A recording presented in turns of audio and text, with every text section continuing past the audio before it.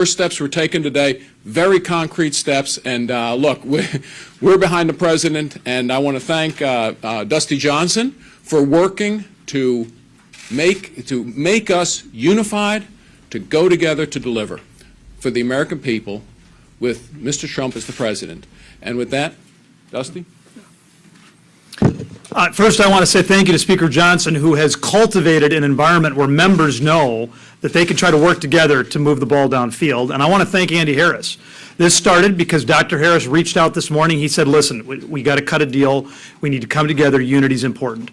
We sat down. We began to negotiate. We spent more than an hour together. We made good progress. We understood that we had an opportunity to set the motion to vacate at a higher than number 1.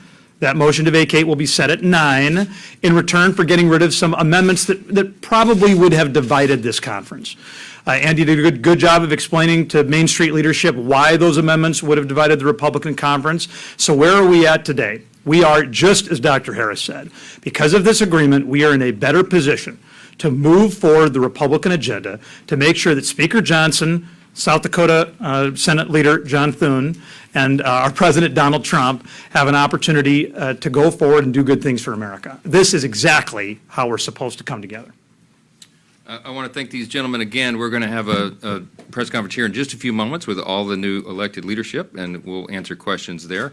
But wanted to hear that straight from these chairmen. Thank you both so much for all your hard work, and we'll be right back with you. Okay.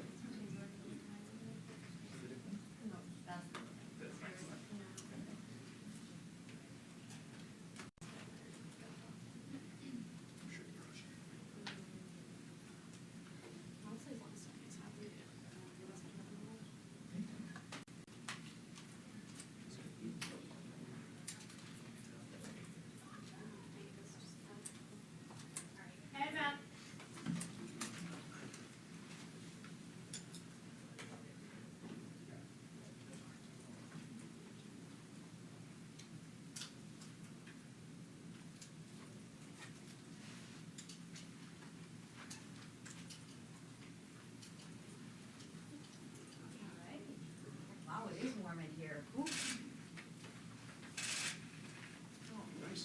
Yeah, it is nice and toasty warm. No, it's too warm. Yeah, ooh. Polar bears don't like this. Have we already worked on the temp here? They don't have air conditioning. in Hayden, this work on the building. temp, will you? It's not a hockey facility. It sucks. Well, good evening, everyone. We are fresh off our conference elections, and we have a solid, unified team ready to deliver on the mandate given to us by the American people. I'm honored to be selected by my colleagues to serve as chairwoman of the conference. Elise is leaving and is a loss for our conference. She has done incredible work, and I will build upon her success and wish her well. As a leadership team, we are ready to stand shoulder to shoulder with President Trump to legislate our America First agenda. Our winning message resonated with the American people, which delivered Republicans a trifecta in government. House Republicans have been laying the groundwork for months, and we are ready to govern. I look forward to all that we will achieve together, and with that, I will bring up our new conference secretary, Erin Houchin. Let's coordinate. Thank you, Madam Chair. I am honored to have been selected by my colleagues to serve as Conference Secretary for the 119th Congress. I am ready to get to work to start implementing President Trump's agenda, to work alongside him every day to get this country back on track. I am now proud to introduce our Conference Vice Chair, Blake Moore. Hello, everyone. Exciting times. Good to be back in session. Off of a really strong message from the American people that we need conservative leadership to govern our country, move things in the right direction. I can tell you that the conference is excited about the opportunities that lie ahead, primarily legislatively. We have been building good, strong legislation to address energy, to address border, all the issues that we know the Americans are focused on, and it just goes to die in the Senate. We're looking forward for an opportunity to move this legislation that we built last term and move it on to the next. So I'm excited. Congratulations to everybody on the leadership team. Looking forward to a full term as vice chair as I came in mid-cycle, and excited to introduce our new policy director, policy chair, Mr. Kevin Hearn. Thanks, Blake. It's really an honor to serve as the policy committee chair going forward. As we look at the policy that's been put forth on the campaign trail of President Trump, the mandate has been set 312 electoral votes, over 5 million popular vote. It is pretty clear what the American people want. We're going to work hard together. We have a great team. We're going to work hard with the leadership team to put that policy forward, move it with the Senate, take the relationships we built on the RSC and work together to make sure that we get America back on track, put the America first, the Make America Great agenda back in play, and look forward to doing it. I'm so excited for the great opportunity. And with that, I want to introduce our current NRCC chair and returning NRCC chair, the great Richard Hudson. Well, thank you. And I want to welcome the new members of this leadership team. I'm proud to serve alongside each one of you. They bring unique talents and backgrounds and will strengthen our team going forward. Listen, we ran our last campaigns based on the issues that mattered to the American people. The Democrats, under the extreme leadership of Joe Biden and Kamala Harris and Hakeem Jeffries in the House, made every American less prosperous and less safe. And so our candidates went out and talked about those issues. We talked about energy. We talked about inflation. We talked about the border. We talked about the crime and fentanyl that come from that. And we told the American people our idea is to fix it.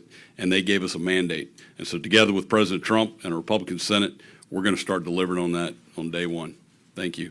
I'll now bring up our great whip, Mr. Tom Emmer. Thank you, brother. Thanks, yeah. Thanks, Richard. I first want to say thank you to my House Republican colleagues for electing me to serve as their majority whip once again. It's a privilege and a responsibility I do not take lightly. We treat the whip office like a customer service office. We are here to serve our members and the people they represent. We don't take anyone or any vote for granted, and we will continue building a culture of teamwork, communication, and respect to deliver more wins on behalf of the American people. Now that we have our leadership team in place, it's time to suit up and get to work. President Trump delivered the greatest political comeback in American history based on his proven record and promise to make this country great again. Voters also gave him a Republican Senate and a Republican House to help him do it. So now it's our turn. It's our turn to make good on the priorities we've been campaigning on for the last 2 years by passing legislation to make life more affordable for all Americans, secure our borders, unleash American energy, restore our dominance on the world stage, and lower taxes for hard-working families. We've got the team, the work ethic, and the plan to do it. Now, with the trifecta in hand, we stand ready and united behind President Trump to deliver on his American First agenda once and for all.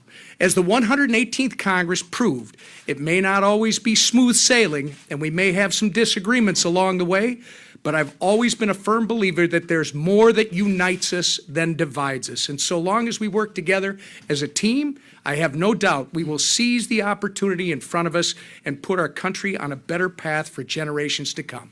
With that, I'll turn it over to our great majority leader, Steve Scalise. Thank you, Whip.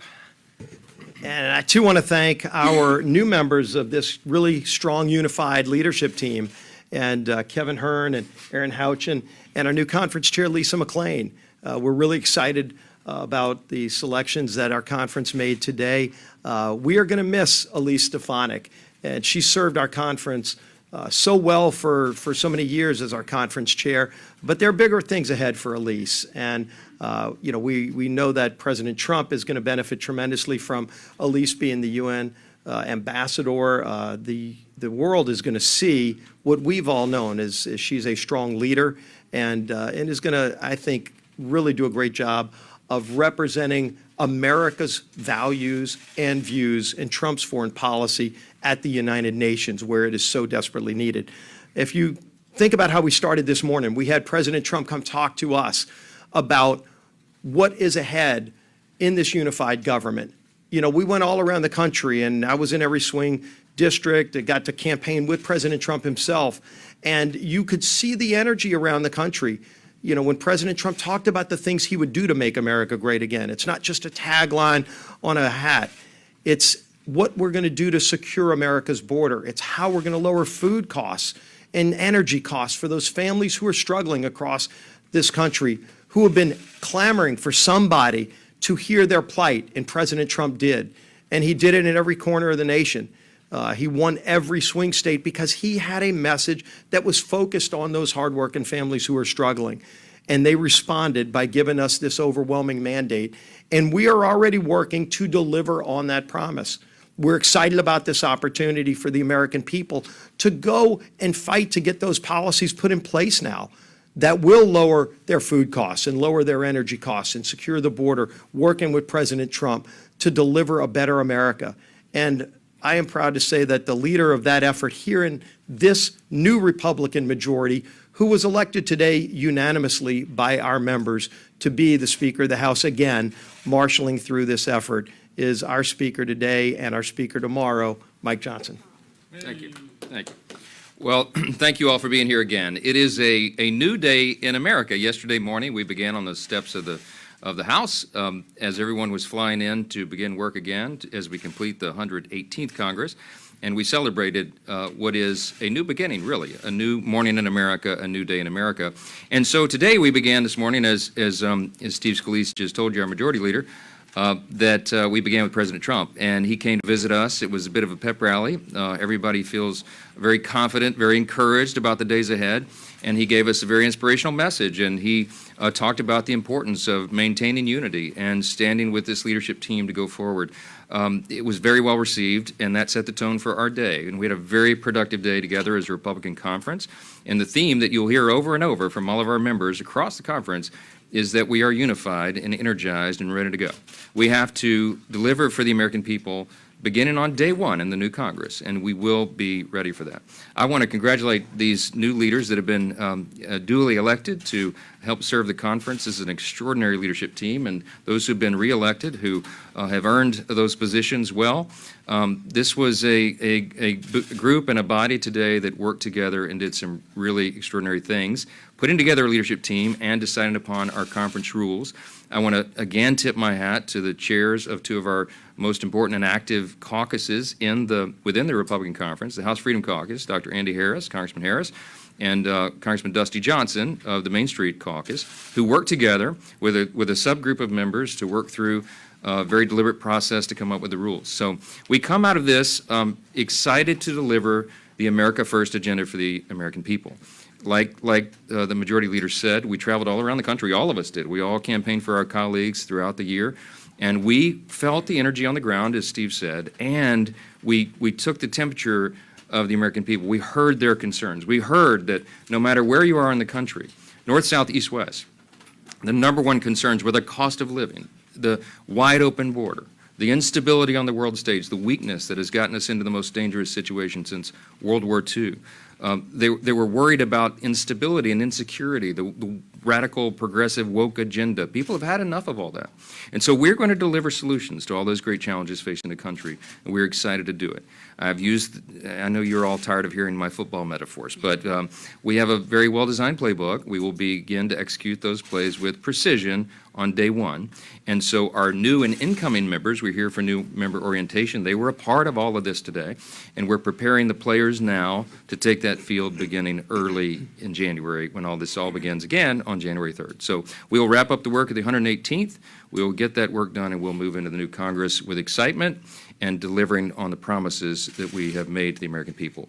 We're grateful to be working in hand with President Trump and to take this energy into the new year. So we'll take a few questions. I know you have several. Yes, sir. Mr. Speaker, thank you very much. While you were inside in your meeting, President Trump announced that he would nominate your colleague Matt Gaetz to be the next Attorney General of the United States. What do you make of that nomination, and how do you feel about his impending departure from the House? Well, I talked with Matt immediately after that nomination was made. In fact, President Trump told me this morning when he walked in, we were behind the curtains. He tipped me off that would be happening. Matt and I were classmates. We came to Congress at the same time in the 115th Congress in January 2017, and alphabetically we're seated right next to one another in Judiciary Committee. We served there together for 7 years. Some of y'all who cover Judiciary know those are long meetings, so I got to know Matt very well. Look, I'll say this. Everyone who served with him will tell you he's one of the most intelligent members of Congress. He's an accomplished attorney.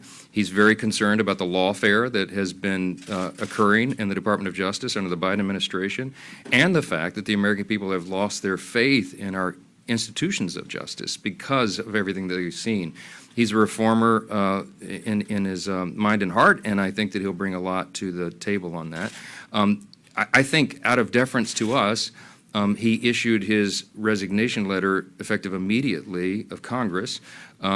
That caught us by surprise a little bit, but I asked him what the reasoning was, and he said, well, you can't have too many absences. So under Florida state law, there's about an 8-week period to select and fill a vacant seat. And so by doing so today, that allows me, I've already placed a call to Governor DeSantis in Florida and said, let's start the clock. He's in Italy at the moment, and so we're going to talk first thing in the morning about this. And if we start the clock now, if you do the math, we may be able to fill that seat as early as January 3rd when we take the new oath of office for the new Congress. So Matt would have done us a great service by making that decision as he did on the fly. And so we're grateful for that. So we move forward. Look, I'll say this about, people have asked me all day long, President Trump is poaching all of your talent. Yes, we have an embarrassment of riches here. The Republican conference is full of talented people who are extraordinary leaders and have great expertise, and everyone in this Congress, in this conference, could serve in a leadership position in the administration. But I have begged and pleaded with the new president, enough already. Okay, but because our numbers are small, we are going to have the majority. We're celebrating that. I think it could be as high as a 5-seat margin, but we'll have some of these vacancies open as we begin the year. We'll fill them as quickly as possible, but we're excited for our colleagues to have these new career opportunities and new opportunities to serve the country. So we move forward. Yes, ma'am. Thank you. You now have this big mandate, a trifecta. How you are going to assure American people that you're going to use this power responsibly and not misuse it? Yeah. I'm glad you said, the question was about the mandate that the American people have delivered us. It was an historic election. President Trump won the popular vote and the Electoral College by a very wide, decisive margin, and the House Republicans received as many votes. I think it's been many decades since House Republicans received as many collective votes over Democrats nationwide. So we do have the mandate. We take the responsibility seriously. You can make an argument that we're facing collectively as a nation the greatest collection of challenges that we've had probably since World War II, maybe the Civil War, some people say. So serious times call for serious leadership. It's going to be a policy agenda-driven administration and a Congress, and you've heard us say many times that it could be, I believe it will be, the most consequential Congress in the modern era, most consequential administration in the modern era, because frankly, we have to fix almost every area of public policy. So what it will be required of us is to plan deliberately and execute with precision, and that's what we're working on right now. We're going to deliver for the American people. We're going to bring down the cost of living. We are going to turn American energy dominance back on. We are going to secure the border. We're going to take care of our stature on the world stage to restore peace through strength again. And all of the things that are concerning people, from woke ideologies in the schools and the business place to all the other chaos that we've ensued with the rising crime rates and everything around the country, we have solutions for all that. And we had a demographic shift in this election. We had large groups of voters in different demographics that came into the Republican Party who had never been there traditionally in large numbers before. Our opportunity now is to embrace all those new folks who have come in and demonstrate for them that it is our policies that lead to human flourishing. These are the best policies for their individual benefit, their liberty, opportunity, and security, for their families, their communities, states, and our nation as a whole. So we are excited about that. We're excited to begin delivering, and you'll see a lot of action early in the Congress. Yes, ma'am. Since, you just broke the news that he resigned immediately, that means that the House Ethics Committee investigation to him does not have jurisdiction since he's no longer a member of Congress. Are you concerned about what, they were finishing up their work, there was going to be a report issued? Is that a concern to you that will now never see the light of day? Well, it is true that a former member of Congress, the House Ethics Committee, would have no further jurisdiction over that person, no further authority over them. So that would not be unprecedented. But as far as the timing of a release or report or something, I don't know. The Speaker of the House is not involved in that, can't be involved in that. So I'm not really the person probably to answer that question. So, yes, ma'am. Is President-elect Trump considering the slim House majority when making these decisions about his cabinet? Is he listening to your concerns about that? And do you feel comfortable allowing the majority to go slimmer? No, I'm not comfortable with that. No, look, President Trump and I have talked many times a day, every day, and with his transition team. I've spent a lot of time with Howard Lutnick, who is the co-chair of the transition team, with Linda McMahon and everyone involved. He is at Mar-a-Lago making lots of very consequential decisions, and I'm trying to be involved as many as I can while I'm also trying to manage this Congress and plan for the next. I'm going to make a trip down there tomorrow evening for a gala for the America First Policy Institute, spend some time with them there, and then I've changed my plans to go down to Mar-a-Lago for the weekend so that I can be there while more of these decisions are being made. He's very aware of the margin, the size of the margin, but he has an administration to fill, a cabinet to fill, and he's keeping all this in mind at the same time. So we're both very aware of the margins and the size. Everyone in this room is keenly aware of it as well, and that's why we're emphasizing unity right now, and I'm very hopeful about that. I think we can walk and chew gum at the same time, and I think we'll get these seats filled by, these are reliable Republican seats. We'll have very strong candidates presented who will win those elections in short order, and by early spring, we'll have these seats filled, and we'll keep moving forward. So, yes, ma'am. The last question, guys. Okay. Mr. Speaker, you just mentioned that Congressman Gates is resigning early. That will allow Florida to have a special election sooner. Congressman Waltz is also from Florida. Have you talked to him about doing something similar? Because that would apply to his seat as well.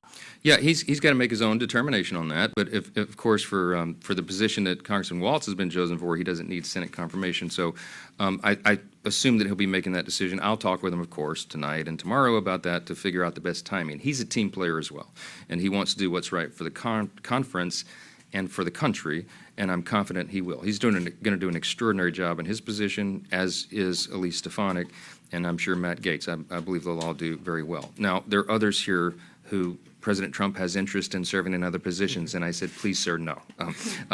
We have a great talent here. We're excited to work for that. Excited for this leadership team. This is a great group of people who are here to serve the country, and they're going to perform well for their constituents and for America. We're going to turn this country around, and we can't wait. Thank you so much for being here today. Pleasure.